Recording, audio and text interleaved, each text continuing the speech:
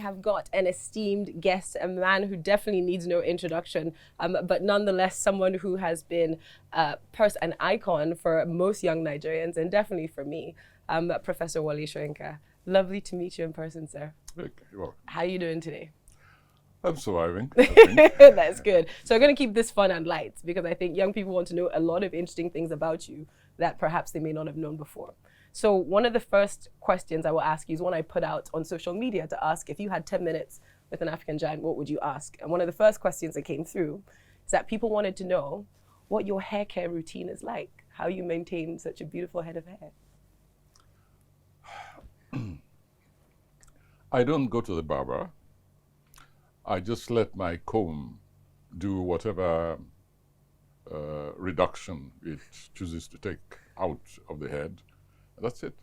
I don't use creams. I don't use, I think maybe once in a year I remember to shampoo it, especially if I've been on building sites and got some dust there, or I've been hunting or whatever. But basically I just wash the hair normally with the rest of my body. And that's it. Fantastic. I'm sure people would be interested to know that because their imaginations of potions and creams and types of ori and mixtures.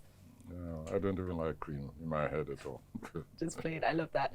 I did notice that you referred to it just now, but also in other interviews you've talked about your hunting and feeling quite comfortable in the forest, that it's a place where you feel...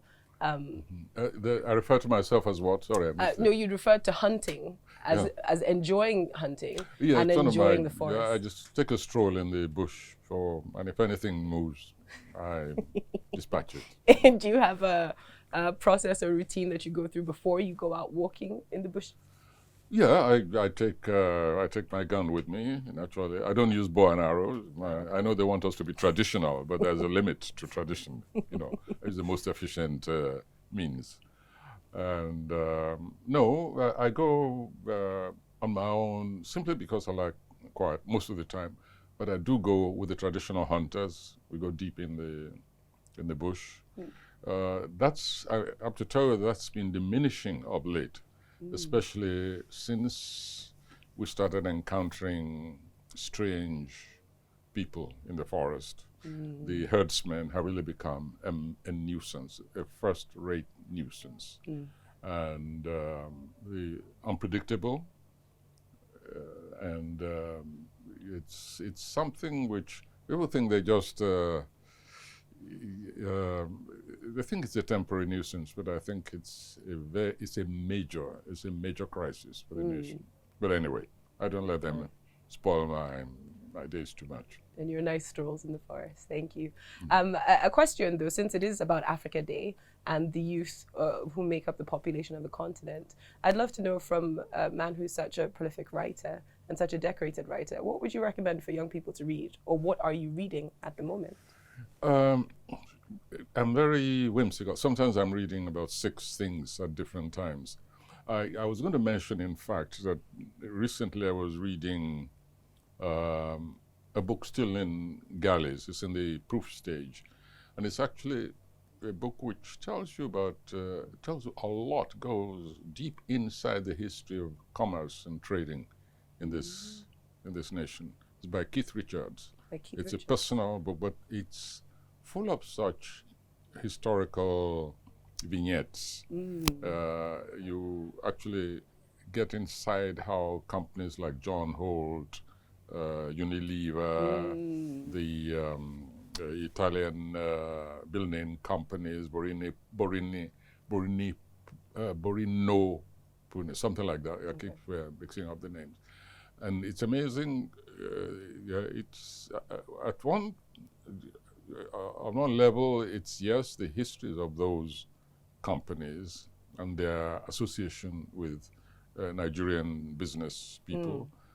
But it's also a sociological revelation, which is sort of elicited through the partnerships and also the working relations of the ordinary people, and also indigenous enterprise, and how this fitted into the plans and the general entrepreneurship of foreign companies and therefore foreign governments. It's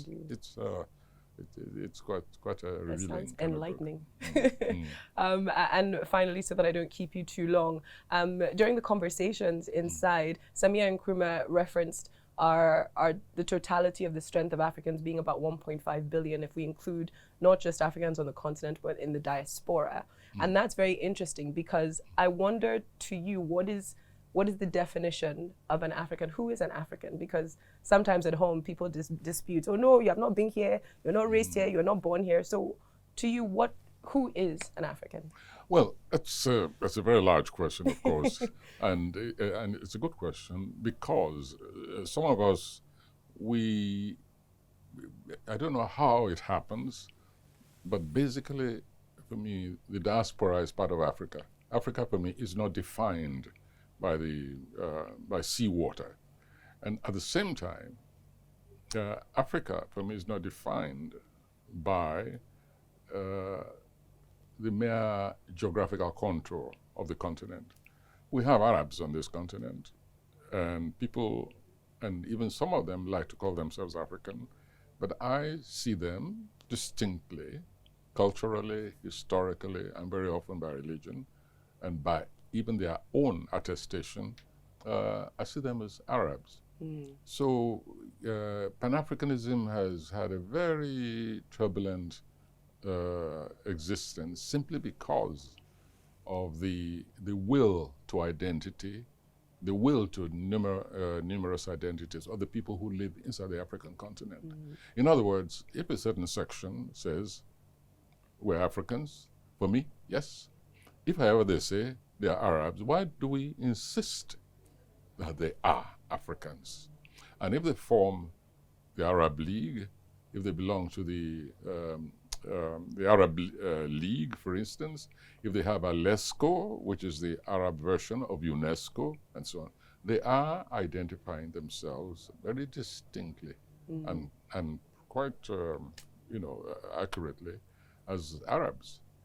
So, whereas when I go to Jamaica, for instance, when I go to Brazil, when I go to Cuba, I recognize Africans, and many of them insist that they are Africans, and therefore, for me, they are Africans. Right. Thank you very much, sir.